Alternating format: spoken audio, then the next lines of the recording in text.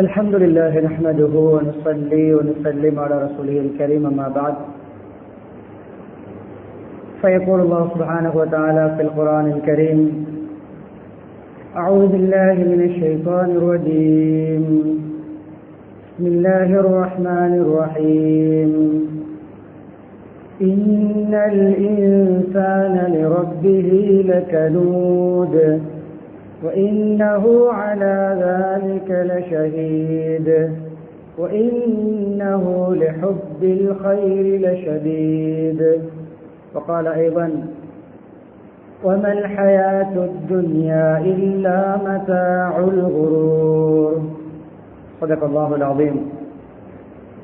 وقال نبينا محمد صلى الله عليه وسلم إني لا أخشى عليكم الفقر ولكن أخشى عليكم أن تبسط لكم الدنيا كما بسطت لمن كان قبلكم فتنافسوها كما تنافسوها فتهلككم كما أهلكتهم أو كما قال صلى الله عليه وسلم. புகழனைத்தும் அல்லாஹ் சுப்ஹானஹு வ தஆலா ஒருவனுக்கே உரித்தாகும். ஸலாத்தும் ஸலாமும் இறுதி நபி முஹம்மது ஸல்லல்லாஹு அலைஹி வஸல்லம் அவர்கள் மீதும் அன்னாரின் வாழ்க்கை வழிமுறைகளை அணுவணுவாக எடுத்து நடந்து உலகத்திலே அல்லாஹ்வுடைய ரிதாவை, திருப்தியை, சந்தோஷத்தை அடைந்து கொண்ட சஹாபாக்கள், தாபிஊன்கள், தபவு தாபிஈன்கள், முஸ்லிம்கள், மூமின்கள் அனைவர்கள் மீதும் உண்டாவதாக.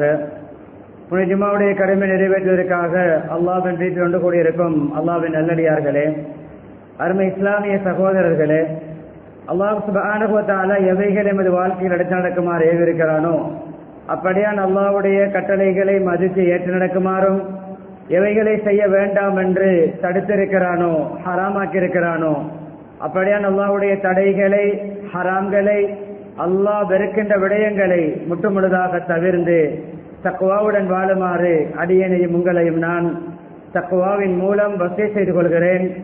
இத்தகுல்லாஹ் ஹைசுமா குன்தும். கண்ணியமிக்க அல்லாஹ்வின் நல்லடியார்களே, உலகத்தை ஆட்சி செய்த மாமன்னர் ஸுல்கர்னைன் அலைஹிஸ்ஸலாம் மரண தருவாயிலே செய்த வசியத்துக்களிலே ஒரு ஆச்சரியமான ஒரு வசியத். சொன்னார்களாம், என்னுடைய ஜனாசாவை கொண்டு செல்லும் பொழுது என்னுடைய 2 கைகளையும் வெளியிலே தொங்க விட்டு கொண்டு செல்லுங்கள். 2 கைகளும் கீழே தொங்க வேண்டும். கேட்டார்களாம், இது ஏன், எதற்காக? இல்லை, உலகத்தை ஆட்சி செய்த மாமன்னராகிய நானும் கபருக்கு போகின்ற பொழுது இந்த உலகத்திலிருந்து எதையுமே எடுத்து செல்லவில்லை என்பதை உலகம் அறிய வேண்டும். உலகத்தையே ஆட்சி செய்தவருக்கு உலகத்துடைய தூசியையும் கொண்டு போக முடியாது. நம்முடைய வாகனம், நம்முடைய வீடு, நம்முடைய காணி, நம்முடைய கடை, நம்முடைய ஏன் நாம் பணம் கொடுத்து வாங்கிய நம்முடைய ஆடைகளோடு கூட போக முடியாது. பெருநாளைக்கு ஆடை வாங்கி இருக்கிறார், 10,000 ரூபாய் பெறுமதியான ஷர்ட், 10,000 ரூபாய் பெறுமதியான ட்ரௌசர், 5,000 ரூபாய் பெறுமதியான ஸ்லிப்பர். கண்ணியமானவர்களே, 25,000 30,000 பெறுமதியான ஆடை, 50,000 பெறுமதியான ஆடை, 50,000 அல்ல 5 கோடி பெறுமதியான ஆடையாக இருந்தாலும் கஃபன்தான் கபருடைய பயணத்தின் ஆடை. பேச இருக்கின்ற தலைப்புக்கு இது முகவரை. முகவுரையாகத்தான் இந்த நிகழ்வை முன்வைத்தேன். 2வது நிகழ்வு, இதெல்லாம் துனியாவிலே கொடிகட்டி பறந்தவர்கள். மன்னர் அப்துல் மலிக் இப்னு மர்வான், உமையாக்களுடைய பிரமாண்டமான ஆட்சிக்கு சொந்தக்கார மன்னர். படித்திருப்போம், அவருடைய வரலாற்றை வாசித்திருப்போம். அப்துல் மலிக் இப்னு மர்வான் சக்கராத்துடைய நேரம், நோய்வாய்ப்பட்ட நேரம், ஒரு டோபியை கண்டார்களாம். அவன் இந்த ஆடைகளை துவைத்து கழுகி வண்ணான் என்று சொல்லுவோம். டோபி அவருடைய தொழிலை செய்து கொண்டிருக்கிறார். ஆடையை கழுகி காய போட்டு சுத்தம் செய்து பணம் சம்பாதிக்கிற அன்றாட கூலி தொழில் அல்லது அன்றாட கைத்தொழில். எத்தனை நாடுகளை ஆட்சி செய்த மன்னர் சக்கராத்துடைய நேரம் இறுதி தருவாயிலே அந்த டோபியை பார்த்து ஒரு ஆதங்கத்தை வெளியிட்டார்களாம். நானும் இந்த டோபி போன்று அன்றன்று சம்பாதிக்கின்ற ஒரு சாதாரண தொழிலாளியாக வாழ்ந்திருக்க கூடாதா? எப்படிப்பட்ட உலகம் இதுதான் துனியா. ஞானம் பிறக்கும் சக்கராத்தில் அது காலங்கடந்த ஞானம். பிறவனுக்கும் பிறந்தது ஞானம், பல பேருக்கு பிறந்தது. அன்பானவர்களே, என்னுடைய தலைப்பு என்ன தெரியுமா?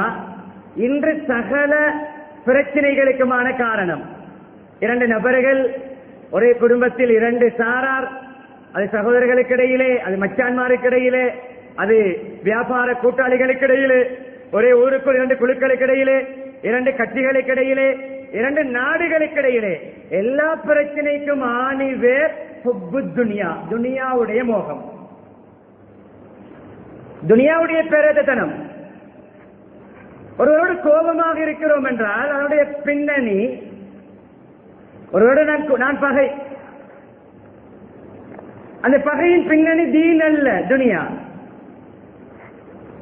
ஒருவரோடு முகம் பார்ப்பதில்லை, அவர் தொழாததினால் அவருடைய முகத்தை நாம் பார்ப்பதில்லை, அவருடைய ஈமான் இல்லை, அவர் பாவத்தில் வாழ்கிறார், நான் சொல்வதை கேட்கிறார் இல்லை, இவரை அல்லாஹ்வுக்காக வேண்டி நான் பேசாமல் இருக்க போகிறேன்.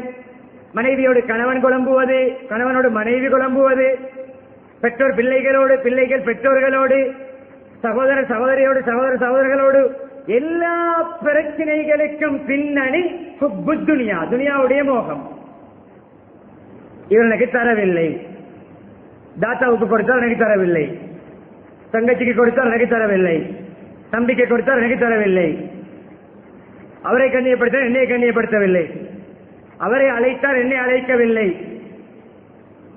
அவரை பொறுப்பாக்கினார் என்னை பொறுப்பாக்கவில்லை, அவரை மேடையில் ஏற்றினார்கள் என்னை ஏற்றவில்லை, எனக்கு சலாம் சொல்லவில்லை, எனக்கு சலுட்டடிக்கவில்லை, அவசரத்துக்கு எனக்கு உதவவில்லை. இதுதான் இன்று பிரச்சனைகளுடைய பிரதானமான காரணம். துனியா உள்ளத்திலும் பதிந்து மூளையை மாற்றி செய்வது. துனியாவிலே பயணிக்கின்ற பொழுது கண்ணியமானவர்களே, எப்படி வாழ வேண்டும், எப்படி பயணிக்க வேண்டும், எப்படி கையாள வேண்டும், ஏராளமான குர்ஆன் ஹதீஸ் நமக்கு சான்றாக இருக்கின்றன. யாருதான் மன நிறைவோடு மௌத்தாகினார்? மாஷா அல்லாஹ், வைத்த டார்கெட்டை அடைந்து விட்டேன், லட்சியத்தை, எம்பிஷனை ஃபில் பண்ணி விட்டேன், கோலை போட்டு விட்டேன், மனநிறைவோடு சக்கராத்தில் ஒவ்வொருவரும் பேசி பாருங்களே. இன்னும் அவர் அடைந்தது 50 என்றால் 5000 வைத்திருப்பார் மேலெண்ணங்களை. இன்னும் ஆசை, பிள்ளைகளை சொல்லிவிட்டு போவார், இதை அடைய பாருங்கள், அந்த காணியை வாங்க பாருங்கள், பக்கத்து கடையை வாங்க பாருங்கள், வீட்டை இன்னும் கொஞ்சம் பெருசாக்க பாருங்கள். யாருதான் மன நிறைவோடு மௌத்தாகினார்? அவர் குர்ஆனில் சத்தியம் செய்து சொன்னாலும் துனியாவை அல்லாஹ் அப்படி வைக்கவில்லை, அவர் பொய் சொல்லிவிட்டு தான் மௌத்தாகிறார். துனியாவிலே யாரும் மன நிறைவு காண முடியாது, அது அப்படிப்பட்டதுதான். துனியாவிலே மன நிறைவு கண்டார் என்றால் அவர் சொல்வது பொய். அவர் காபத்துல்லாவின் மீது சத்தியம் செய்தாலும் சரி, காபத்துல்லாவுக்கு பக்கத்தில் சத்தியம் செய்தாலும் சரி. துனியா அப்படிப்பட்டதல்ல. மனிதனை திருப்திப்படுத்துகின்ற அமைப்பிலே துனியாவை எல்லாம் படைக்கவில்லை. ஒன்று கிடைத்தால் இன்னொன்று வேண்டும். 2 வீலரா 3 வீலர் வேண்டும், 2 வீலர் இருக்கிறது, 3 வீலர் இருக்கிறது, 4 வீலர் வேண்டும். இருக்கின்ற 4 வீலர் 5 மில்லியனா 10 மில்லியனுடைய ஒன்று தேவை.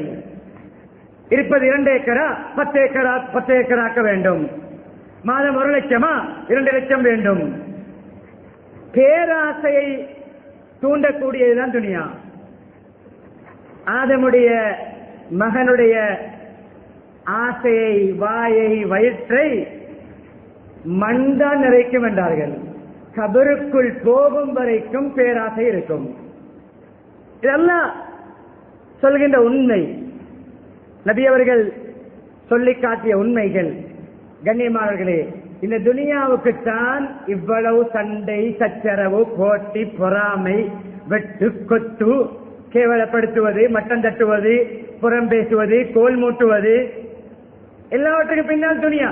அவனை கீழே போட்டால் நாம் மேலே வரலாம், அவனை வெட்டினால் நான் வாழலாம், அவனை கொத்தினால் நான் உயரலாம், அவனை புரட்டினால் நான் எழும்பலாம்.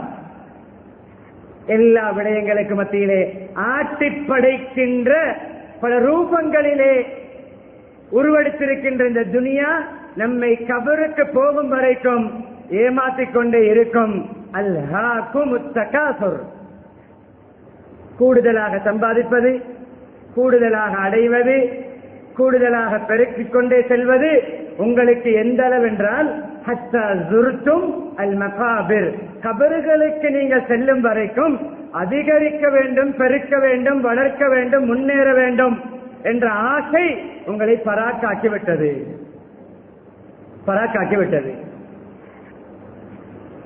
துனியாவுக்கு அல்லாஹ் சொல்கின்ற பல உதாரணங்கள், அதில் ஒன்றுதான் அல்லாஹ் வானத்திலிருந்து இறக்கிய தண்ணீர் போன்றது, பயிர் பச்சைகளோடு சேருகிறது, பயிர் பச்சைகளை முளைக்கின்றது.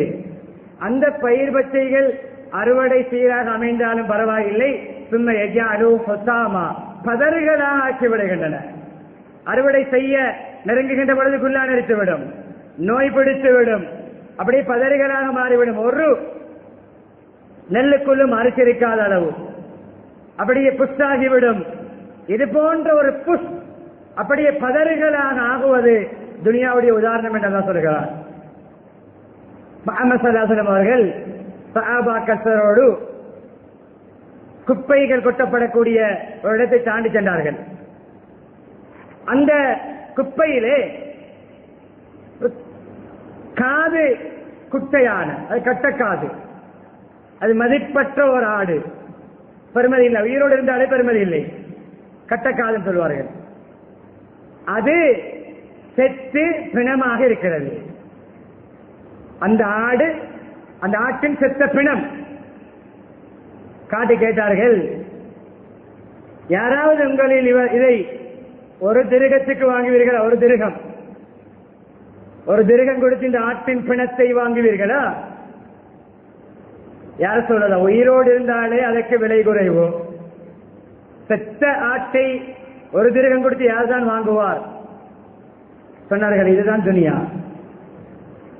அல்லாஹ்வின் பார்வையில் துனியா இந்த செத்த உயிரோடு இருந்தாலே விலை மதிப்பற்ற இந்த ஆட்டுக்கே ஈடாகாது.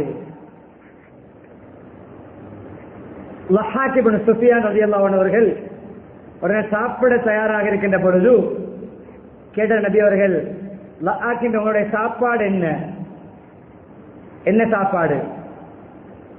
யார் சொல்ல? இறைச்சியும் பாலும். இறைச்சி கறியும் இருக்கிறது, பாலும் இருக்கிறது, சாப்பிட போகிறேன். சரி, நீங்க சாப்பிட்டால் உணவாக அதை உட்கொண்ட பிறகு அதனுடைய முடிவு என்னவாகும்? அந்த சாப்பாட்டின் முடிவு என்ன? சொன்னார்கள், யார் உங்களுக்கு தெரியும் தான் என்னவாகும் என்று. அது செமிபாடடையும், அதுக்கு மேலே வெளியாகும். சொன்ன நபி ஸல்லல்லாஹு அலைஹி வஸல்லம் அவர்கள், இந்த சாப்பிட்ட சாப்பாடு ஜீரணித்து அது கழிவாக வெளியாகிறது. அந்த வாசை தெளிவாக வராவிட்டாலும் இந்த உணவின் முடிவுதான், அந்த கழிவுதான் இந்த துனியா. அல்லாஹ்வின் பார்வையில் மனிதன் சாப்பிடுகின்ற உணவுடைய கழிவு, அந்த கழிவை நான் வெளியாக்கிவிட்டு சுத்தம் செய்ய வேண்டும். ஏன் அது அசுத்தம்? இதுதான் துனியாவுக்கு ஒப்பான. அல்லாஹ்வின் பார்வையில் துனியா இதை விட கேவலமானது. யாருக்கு இது? துனியாவுடைய மோகம் உள்ளவர்கள், துனியாவுடைய போட்டி பொறாமை உள்ளவர்கள், துனியாவை தலைக்கு மேல் வைத்து ஆடுகின்றவர்கள். கண்ணியமானவர்களே, நபி ஸல்லல்லாஹு அலைஹி வஸல்லம் அவர்கள் தன்னுடைய படுக்கையிலே படுத்து உறங்கி எழுந்து அமர்கிறார்கள். அப்துல்லா ரலியல்லாஹு அன்ஹு அவர்கள், இன்னொரு நிகழ்விலே உமர் ரலியல்லாஹு அன்ஹு அவர்கள், நபி அவர்கள் எழுந்து உட்கார்ந்தவுடன் அவருடைய படுக்கையுடைய பாயுடைய அடையாளம் எல்லாம் மேனியில் பதிந்திருந்தன. ஈச்ச ஓலை நாறுகள் நிறைக்கப்பட்ட அந்த படுக்கை மெத்தை, பஞ்சல்ல. ஒரு நிகழ்வில் உங்களிலானவர்கள் கண் கலங்கினார்கள். யார் சொல்லலாம்? கிஸ்ரா, ரோம் நாட்டு மன்னர், பாரசீக மன்னர், இப்படியான கைசர், கிஸ்ரா, இப்படியான இஸ்லாத்துடைய விரோதிகள் நல்ல வசதியாக வாழ்கிறார்களே, உங்களுடைய நிலைமை, படித்த படுக்கையுடைய அடையாளம் எல்லாம் உடம்பிலே அச்சாக பதிந்திருக்கிறதே, ஏன் யார் சொல்ல இப்படி நீங்கள் வாழ வேண்டும், இப்படி சிரமத்தோடு வாழ வேண்டும், சாதாரணமாக வாழ வேண்டும். நாம் மற்ற நிகழ்வில் வருகிறது, உங்களுக்கு ஒரு பஞ்சால், ஒரு மெத்தை, ஒரு பஞ்சு மெத்தையை உங்களுக்கு நாங்கள் தயாரித்து தரவா, தைத்து தரவா, ஏற்பாடு செய்யவா? சொன்னார்களா? மாலி வழி துனியா, எனக்கும் துனியாவுக்கும் என்னப்பா தொடர்பு, என்ன நெருக்கம் இருக்கிறது? நான் துனியாவிலே எப்படி தெரியுமா? ஒரு பயணம் செய்கிறார் ஒரு மனிதர், இடையிலே ஒரு மரத்துக்கு கீழே இளைப்பாறுகிறார், மரத்துக்கு கீழே ஓய்வெடுத்து விட்டு தன்னுடைய பயணத்தை தொடர்கிறார். இது போன்றுதான் மறுமை பயணத்திலே துனியாவிலே ஒரு இழப்பாறுகின்ற ஒரு மரம் போன்றுதான் துனியாவுடைய வாழ்க்கையை நான் என்னுடைய வாழ்க்கையை அமைத்திருக்கிறேன். கண்ணியமானவர்களே, ஏராளமாக இருக்கிறது. சில விடயங்களை நான் தொட்டு காட்டினேன். துனியாவிலே துனியாவுடைய விடயங்களை அனுபவித்து வாழத்தான் அல்லாஹ் நம்மை அனுப்பியிருக்கிறார். கப்பல் நீரிலே செல்லும் பொழுது கப்பலுக்குள் நீர் வராமல் பயணிப்பது போன்று, கண்ணியமானவர்களே, நாம் துனியாவிலே புலங்குகின்ற பொழுது வியாபாரிகளாக, பட்டதாரிகளாக, அதிகாரிகளாக, துனியாவுடைய அமைப்பிலே நாம் எந்த நிலைமையில் இருந்தாலும் துனியா நம்முடைய உள்ளத்துக்குள் பதியக்கூடாது, நம்முடைய உள்ளத்தை தொடக்கூடாது, நம்முடைய சிந்தனையை மயக்கக்கூடாது. துனியாவுடைய மோகம் எந்த துறையில் பிடிக்குமோ அந்த துறையிலே நாம் அல்லாஹ்வை சந்தோஷப்படுத்த முடியாது. எல்லா காலங்களிலும் இரண்டு சாரார்கள் இருப்பார்கள். ஈமானோடு, தக்வாவோடு துனியாவுடைய விடயங்களை, துனியாவை அல்லாஹ்வுக்காக, அல்லாஹ் பொருந்துகின்ற அல்லாஹ்வுடைய திருப்தியோடு சம்பாதித்து அல்லாஹ்வுடைய திருப்தியான வழிகளிலே செலவழித்த ஒரு கூட்டம். துனியாவுடைய நியாமத்துக்களை தீனுடைய, மறுமையுடைய ஒரு முதலீடாக, ஒரு இன்வெஸ்டாக அதை ஆக்கிக்கொண்ட கூட்டம். அவர்களை அல்லாஹ் புகழ்கிறான். இன்னும் ஒரு சாரார் துனியாவுடைய விடயங்களிலே மூழ்கியவர்கள், துனியாவை கட்டிப்பிடித்து அதை விட்டும் பிரியாமல் கபரு வரைக்கும் செல்வது போன்று ஆசையோடு, பேராசையோடு, மேலெண்ணங்களோடு வாழ்ந்த ஒரு கூட்டம். அவர்கள், கண்ணியமானவர்களே, அந்த துனியாவுடைய விடயங்களை வைத்து அல்லாஹ்வுடைய கோபத்தை சம்பாதிப்பார்கள். அந்த துனியா அவர்களுக்கு அழிவுக்கு காரணமாக அமையும். அந்த துனியாவுடைய அந்த துறை அவர்களுடைய கேவலத்துக்கு காரணமாக அமையும். எல்லா காலங்களிலும் இருந்தார்கள். உலகத்திலே பல துறையிலே துனியாவுடைய அமைப்பிலே இரண்டு பகுதியினர்கள் வாழ்ந்திருக்கிறார்கள். பொருளாதார துறையில் கனிமன குர்ஆனும் ஏராளமான நிகழ்வுகளை சொல்கிறது. துனியாவை வைத்து பெருமை பேசியவர்கள் அழிந்தார்கள். துனியாவை வைத்து தன்னை பீத்திக் கொண்டவர்கள் நஷ்டமடைந்தார்கள். அந்த துனியாவும் லொஸ் ஆகியது, அவர்களுடைய வாழ்க்கையும் நஷ்டத்தில் முடிந்தது. மாறாக அல்லாஹ் தந்திருக்கின்ற கொஞ்ச வருமானமாக இருந்தாலும், சாதாரணமான துனியாவுடைய வாழ்க்கையாக இருந்தாலும், இறைவனை, அல்லாஹ்வை திருப்திப்படுத்தி வாழ்ந்தவர்கள், அல்லாஹ்வுடைய சந்தோஷத்தோடு தன்னுடைய வாழ்க்கையை அமைத்துக் கொண்டவர்களை அல்லாஹ் குர்ஆனிலே புகழ்ந்து பாராட்டி பேசுகிறான். அது ஒரு நிகழ்வுதான். வெள்ளிக்கிழமை ஓத வேண்டிய சூரத்துல் கஹஃப், அதில் இரண்டு பேருடைய உரையாடலை அல்லாஹ் பேசுகிறார்.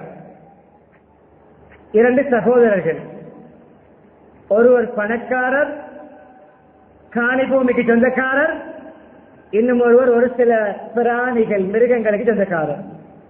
அவர் பணக்காரர், இவர் ஏழை, அவரோடு ஒப்பிடும் பொழுது இவர் ஏழை, நான் அவன் தம்பியும். விடையை சுருக்கமாக சொல்கிறேன். எப்பொழுதுமே கண்ணியமானவர்களே, துனியாவுடைய எந்த விடயத்தை வைத்தும் நமக்கு தலக்கணமோ பெருமையோ ஆடம்பரமோ வரக்கூடாது. ஆடம்பரமோ வரக்கூடாது.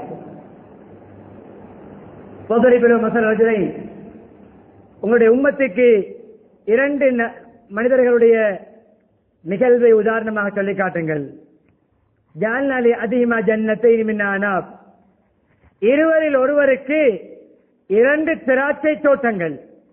பாருங்கள் எப்படிப்பட்ட வளம் என்று, எப்படிப்பட்ட ஒரு ஃபார்ம் என்று பாருங்கள். 2 திராட்சை தோட்டங்கள். அதை சூழ திராட்சை தோட்டங்கள் 2 நடுவில், அதற்கு வெளியே அதை சூழ ஈச்சமர தோட்டம்.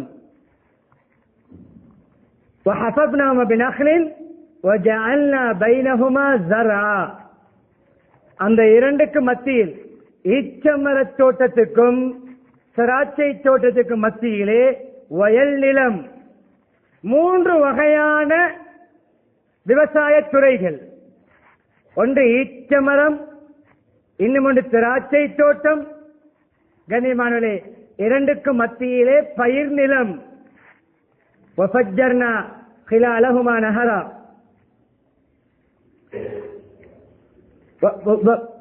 من أعناب وحفر من نخل وجعلنا بينهما زرعا كلتا الجنتين آتت أكلها ولم تظلم منه شيئا وفجرنا خلالهما نهرا. அல்லாஹ் சொல்கிறான், ஈச்சமர தோட்டம், திராட்சை தோட்டம், நடுவிலே பயிர் நிலங்கள் எல்லாமே வருடாந்தம் எந்த குறைவும் இல்லாமல் அறுவடை கொடுக்கும். நல்ல அறுவடை, நஷ்டமில்லாத அறுவடை. அதே போன்ற அந்த ஈச்சமர திராட்சை மர மத்தியிலே நாங்கள் ஒரு ஆறை மூட வந்த நீர்வளம். 4 வகையான 2க்கு மத்தியிலே ஆறோட ஈச்சமரம், திராட்சை தோட்டம், பயிர் நிலங்கள். இவர் அல்லாஹ்வுடைய திருப்தி இல்லாத ஒரு பணக்காரர். அவருடைய பணத்தை வைத்து தன்னை பீற்றிக் கொண்டவர். அவர் பணத்தை தனக்கு ஒரு கௌரவமாக பார்த்தவர். அந்த பணம் அவருடைய மூளையை மயக்கி இருந்தது. அவருடைய உள்ளத்தை மறுமையை விட்டும் திசை திருப்பி இருந்தது. சமர், நல்ல ஒரு வருமானம், நல்ல வருவாய் அவருக்கு இருந்தது. தன்னுடைய சகோதரனை பார்த்து, சொந்த தம்பியை பார்த்து, அல்லது நானாவை பார்த்து, அக்ஸரும் இன்க மாலா, நான் பெரிய பணக்காரன், நான் உன்னை விட பெரிய பணக்காரன் அப்பா. நபரா, நான் பணபலம் உள்ளவன், மனித வளம் உள்ளவன். மேன் பவர், மனித வளம், 2ஐயும் வைத்து பெருமை அடித்தார். இவர் பணக்காரர் என்பதனால் சீனிக்கு எறும்பு வருவது போன்று, அவருடைய ஏதாவது எச்சிலை போட்டால் ஈமைப்பது போன்று சிலர்கள் அவருடைய வாளை பிடித்து தொங்கிக் கொண்டிருந்தார்கள். அவரும் பணத்தின் பேசினார். எனக்கு கைக்கு காலுக்கும் ஆள் இருக்குது, எனக்கு செலவட்டடிக்க ஆள் இருக்குது, என்னை கண்ட மண்டியிட ஆள் இருக்குது, என்னை கண்ட கை கட்டி நிற்க ஆள் இருக்குது. அவருடைய எல்லா வேலைகளுக்கும் எடுபடிகள் இருக்கிறார்கள். நான் மனித வளம் உள்ளவன். கண்ணியமானவர்களே, ஒரு நாள் அவருடைய அறுவடை நாள் தோட்டத்துக்கும் அநியாயம் அளித்தவராக, அல்லாஹ்வை மறந்தவராக, துனியா மண்டை கடிச்சு சொல்வார்களே, துனியா இவன் மண்டை கடிச்சு, அப்படி மண்டை கடிச்சவன் தான் இவன். துனியாவின் போதையில் வாழ்ந்தவன். போதை வசத்தை பற்றி பேசுகிறோம். அந்த பாவனை, இந்த பாவனை. துனியாவுடைய போதை உள்ளவர்களுக்கு என்ன மருந்து செய்வது? துனியா போதை வசு பாவிப்பவர்கள் பாவனையில் தவறு செய்கிறார்கள். இவர் எந்த பாவனையும் இருக்காது, ஆனால் துனியாவுடைய போதை இருக்கும். ஹப்பு துனியா. தோட்டத்துக்குள்ள போகும் பொழுது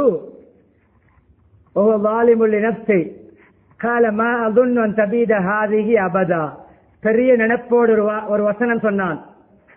பெரிய நினைப்போடு பேங்க் பேலன்ஸ் எல்லாம் பார்த்து, கடையெல்லாம் பார்த்து, காணி பூமி எல்லாம் பார்த்து பெருமைக்கு விடுவது போன்று நான் என்றா நினைக்கல ஏண்ட இந்த தோட்டங்கள் எல்லாம் லொஸ் ஆகும். பெருமையோடு பேசுவார்கள், நான் இனி 10 பரம்பரை அல்ல 100 பரம்பரைக்கு சொத்து சேர்த்தாச்சு நிறைவோடு, பரம்பரைக்கே சொத்து சேர்த்தாச்சு என்று பேசிய எத்தனையோ பேர் வெளிநாடுகளிலே கூலி தொழில் செய்கின்ற காலம். கோடிக்கணக்கான வாகனம் ஓட்டியவர்கள் ஐரோப்பா நாடுகளிலே மோட்டார் பைக்கிலே டெலிவரி பாயாக வேலை செய்கின்ற காலம். கோடிக்கணக்கு பெருமதியான வீட்டிலே பெருமையோடு வாழ்ந்தவர்கள் துபாயிலே 100 திரகத்துக்கும் 50 திரகத்துக்கும் ஷேர் பண்ணி ரூமில் இருந்து கூலி தொழில் செய்கின்ற டாக்ஸி ஓட்டுகின்ற காலம். தலக்கணம் பெறட்டும், கொம்பு முளைத்தால் உடையும், அகங்காரம் வந்தால் முகங்குப்பர் அல்லாஹ் பெறட்டாமல் ரூஹு வராது, ரூஹு பிரியாது. நான் என்ன நினைக்கல இந்த தோட்டம் எல்லாம் லட்சாவும் என்று. கண்ணியமானவர்களே, பெருமை வார்த்தை. காயுமா உண்மையை மறுமையை துனியா ஆகராவுடைய விடயங்களை சொல்லும் பொழுது சும்மா கேட்பதும் இல்லை, கேட்டாலும் டோன் கேர், கேட்டாலும் தூங்கி தூங்கி கேட்பது, எல்லாரும் கேட்டு விட்டு போய் விமர்சிப்பது, தாங்கள் செய்கின்ற தவறுகளை சுட்டி காட்டினால் சந்தி பந்தைகளை பேசி தெரிவது, இப்படியா சொல்வது, இப்படியா பயம் பண்ணுவது, உண்மை சொன்னால் உரைக்கும். காயுமா அந்த கால ரசூல்மார்கள் நபிமார்கள் சொன்ன புத்திமதி என்ன, மறுமை ஒன்று இருக்கிறதப்பா, கேள்வி கணக்கன் ஒன்று இருக்கிறது, அல்லாஹ் விசாரிப்பான், துனியா தந்த நியாமத்துகளை பற்றி கேட்பான், கடுமையான ஜக்காத்துகளை கொடுக்க வேண்டும், அந்தந்த காலங்களில் தர்மங்கள் செய்ய வேண்டும், மக்களுக்கு உதவ வேண்டும், அல்லாஹ்வை மறந்து ஆடக்கூடாது என்றெல்லாம் புத்திமை சொல்லியிருப்பார்களே. அவர் எனக்கு நான் என்ன நினைக்கல கியாமத்து நாள் வரும் என்று, நான் என்ன நினைக்கல கியாமத்து நாள் ஒன்று வரும் என்று. காயுமா வலை ருதித்து இலா ரப்பி, எவ்வளவு திமிரண்டு பாருங்கள். வலை ருதித்து இலா ரப்பி, இது ஃபிரௌன் காரூன் ஹாமான் ஷத்தாத் பேசியதல்ல, அவர் யாரென்றே குர்ஆனில் வரவில்லை. 2 சகோதரர்கள், இன்னொரு ஊரில் யமனில் இருந்த ஒரு பணக்காரன். வலை ருதித்து இலா ரப்பி, ரப்பு கிட்ட போனாலும் இதை விட சிறந்ததனை கிடைக்கும் என்று நினைச்சு கொண்டிருக்கிறேன் நான்.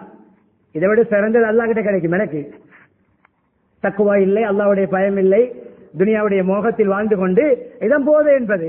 நான் பேசுகிறேன் என்னவென்று எனக்கு தெரியாத போதை, துனியாவிலே மதிமயங்கிய பேச்சு, வாயொலம்புறான்னு சொல்லுவோமே, அந்த ஆயத்தை ஒழுங்காக விளங்கினால் வாயொலம்பிய வார்த்தை தான் அது. சைக்கோ பேசுவது போன்று பேசுகிறான். அல்லாஹ்விடம் இதை விட சிறந்தது கிடைக்கும் எனக்கு, இதை ஜக்காத் சதக்காக்களை கொடுத்து பேணுதலாக வாழ்ந்தவர் போன்று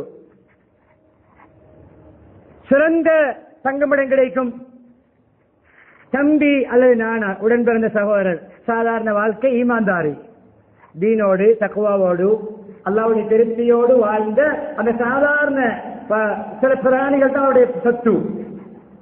பெருமையிலே, அகங்காரத்திலே, தலக்கணத்திலே துனியாவை பார்த்து பெருமூச்சு விட்டுக் கொண்டு மறுமையை மறந்து, கியாமத்தை மறந்து, கபரை மறந்து பேசுகின்ற சகோதரர் சொன்னார், காலல் அவசாஇபுஹு வஹுவ யுஹாவிருஹு, உரையாடுகிறார், புத்திமதி சொல்கிறார். அகபர்த பில்லதி கலகக மின் துராப், அடிப்படையை ஞாபகப்படுத்துகிறார்.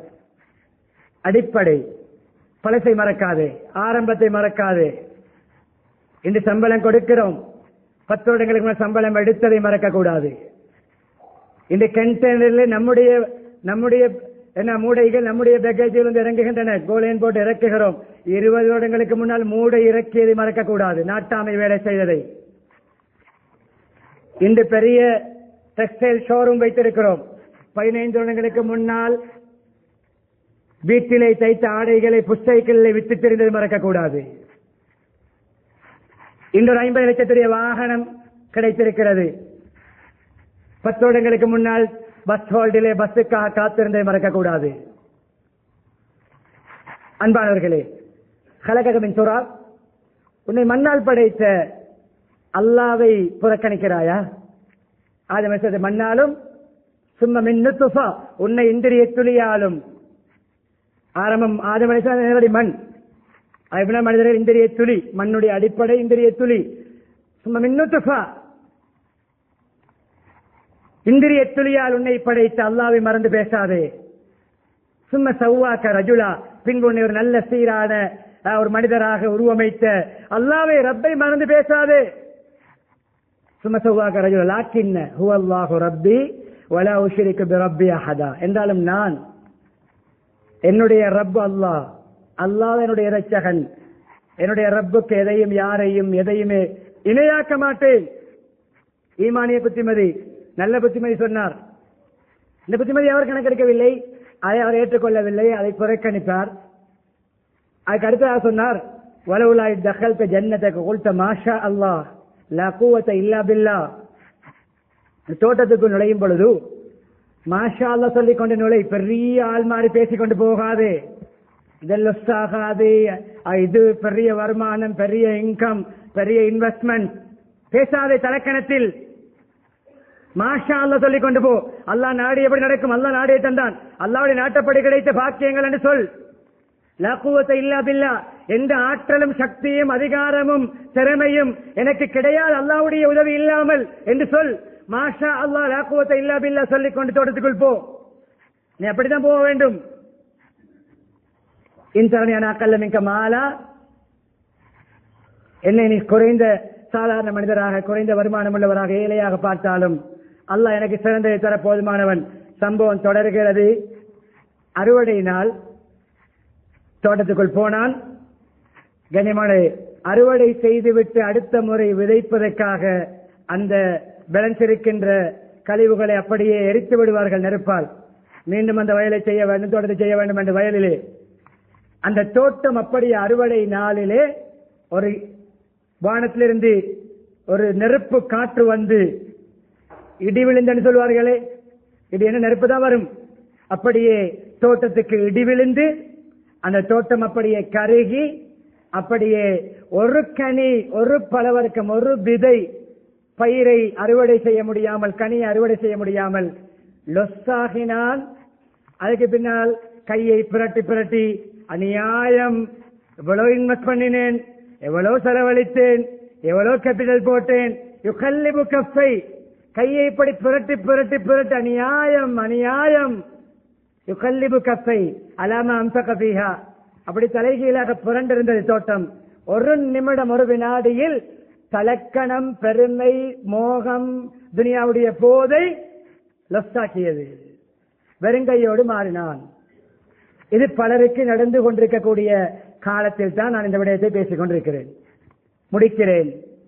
கண்ணியமான, எந்தெந்த நிலைமைகளை அல்லாஹ் தந்திருக்கிறானோ அந்த நிலைமைகளை பொருந்திக் கொள்வோம்.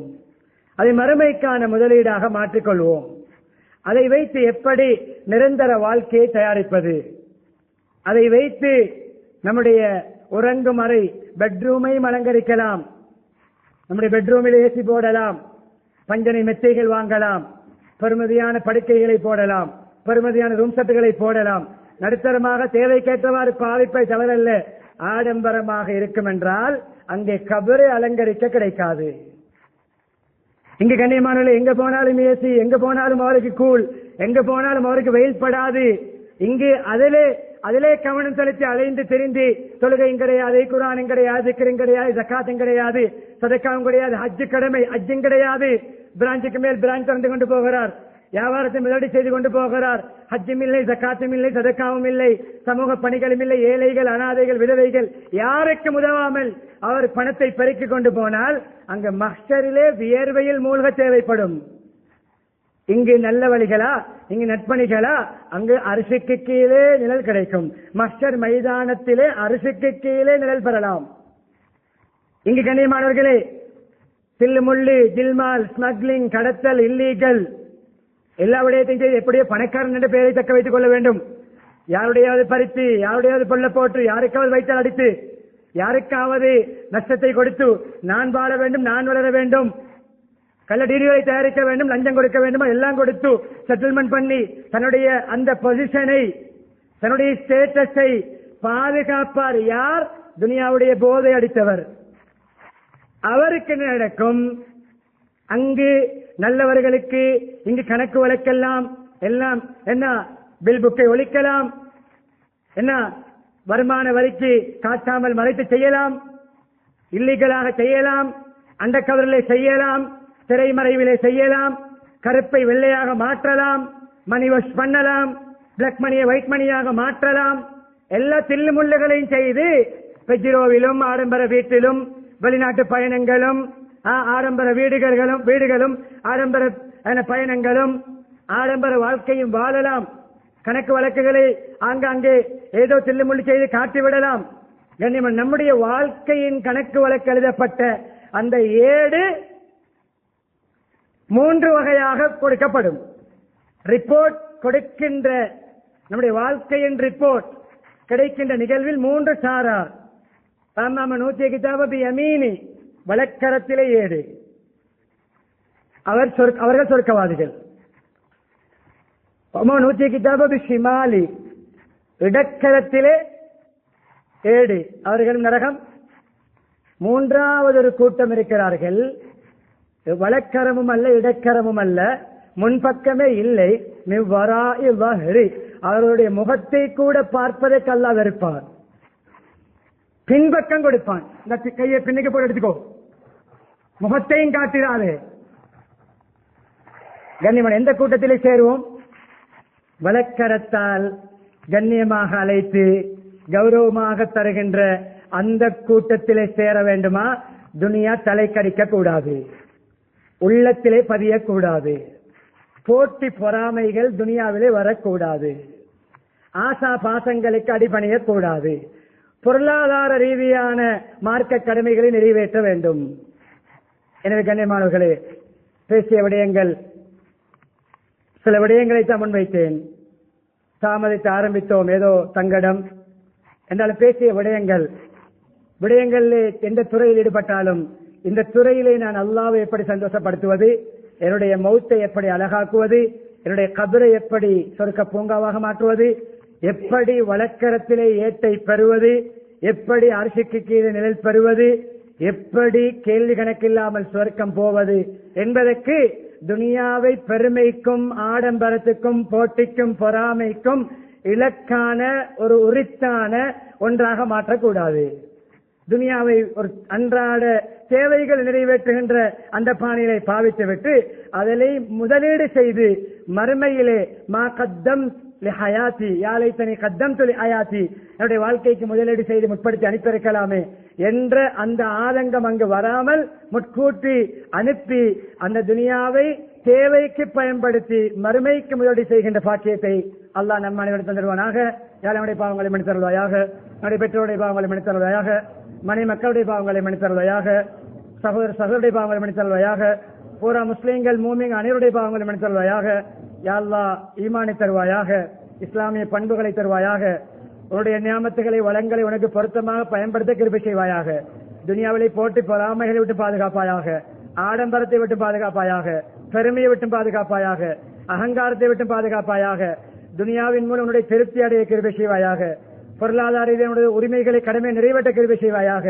அந்த பணத்தை வைத்து பொருளாதார வசதிகளை வைத்து நம்முடைய மறுமை வாழ்க்கையை அலங்கரிக்க கிருபை செய்வாயாக. மறுமைக்காக முதலீடு செய்ய கிருபை செய்வாயாக. அல்ல கபருக்கு போகும் பொழுது அந்த பொருளாதாரத்தின் மூலம் உன்னுடைய திருப்தியை அடைந்து கபரை ஒளிமயமாக ஆக்கியவர்களை நம்மை ஆக்குவாயாக. வழக்கரத்தில் ஏடுகளை பெறக்கூடியவர்களாக்குவாயாக. கேள்வி கணக்கென்று சொர்க்கக்கூடிய பாக்கிய தருவாயாக. ஈமாவுடன் வாழ்ந்து களிமாவுடன் மரணிக்கக்கூடிய பாக்கியத்தை நம் அனைவர்களுக்கும் நசீபாக்குவாயாக. வ ஆகிரு தாவானா அல்ஹம்துலில்லாஹி ரப்பில் ஆலமீன்.